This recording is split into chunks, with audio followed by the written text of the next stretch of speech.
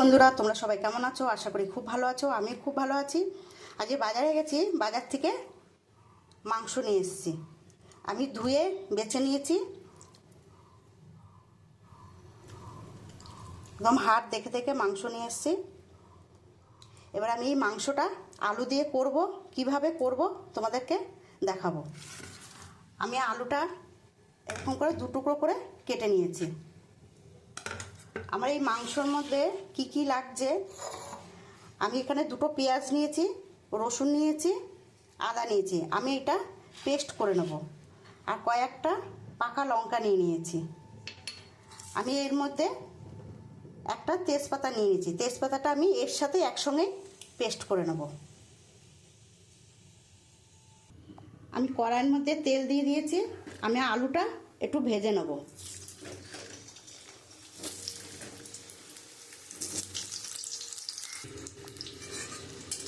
আমার আলুটা ভাজা হয়ে গেছে, এবার আমি তুলে দেব। আমি ওই আলু ভাজার তেলে আমি দুটো শুকনো লঙ্কা, তেজপাতা আর গোটা জিরে আমি ফোড়ন দিয়ে দিলাম। আর এটার মধ্যে গোটা গরম মশলা আমি এটা তেলে দিয়ে দিলাম।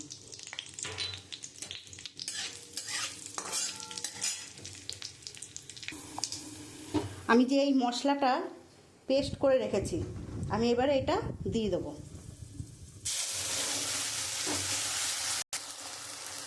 আমি একটা পেঁয়াজ আমি কেটে রেখেছি, আমি এই পেঁয়াজটা এর মধ্যে দিয়ে দেবো। আমি ভালো করে কষিয়ে নেব।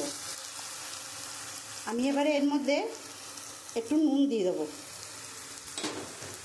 আমি হলুদ দিয়ে দেবো। আমি ধনের গুঁড়ো দিয়ে দেবো।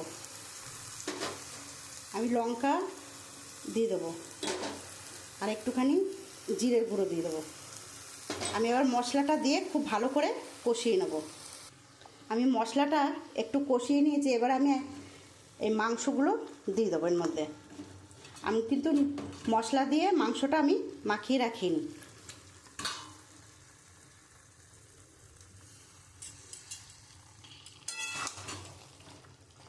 আমি এবার এই মাংসটা দিয়ে খুব ভালো করে কষিয়ে নেব।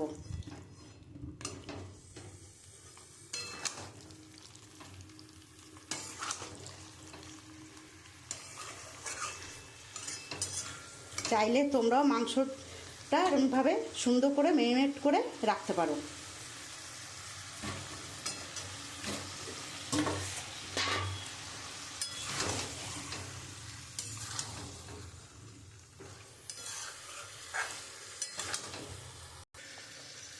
আমি এবারে টুকরো করা যেগুলো একদম ভেজে রেখেছি এই আলুগুলো আমি দিয়ে দেবো।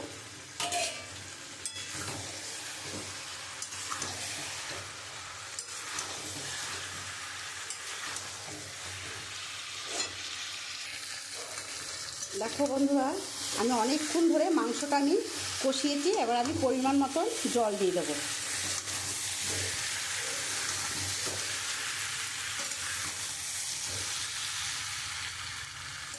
আমার কষানো হয়ে গেছে, খুব সুন্দর একটা গন্ধ বেরিয়েছে। আমি এবারে জল দিয়ে দেবো।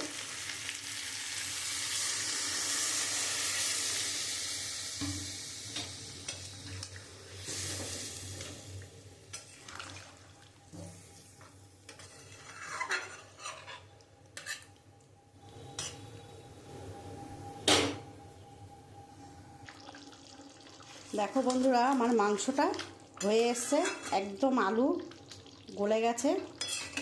আমি নামানোর আগে আমি একটু গরম মশলা দেবো। এই হচ্ছে গরম মশলা।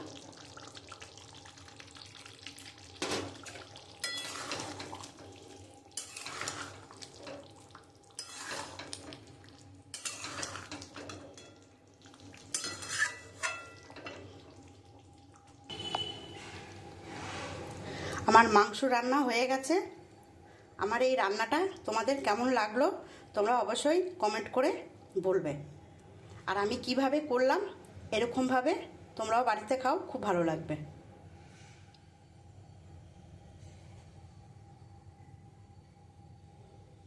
যদি আমার এই রান্নাটা ভালো লাগে একটা লাইক, কমেন্ট, শেয়ার করে দিও।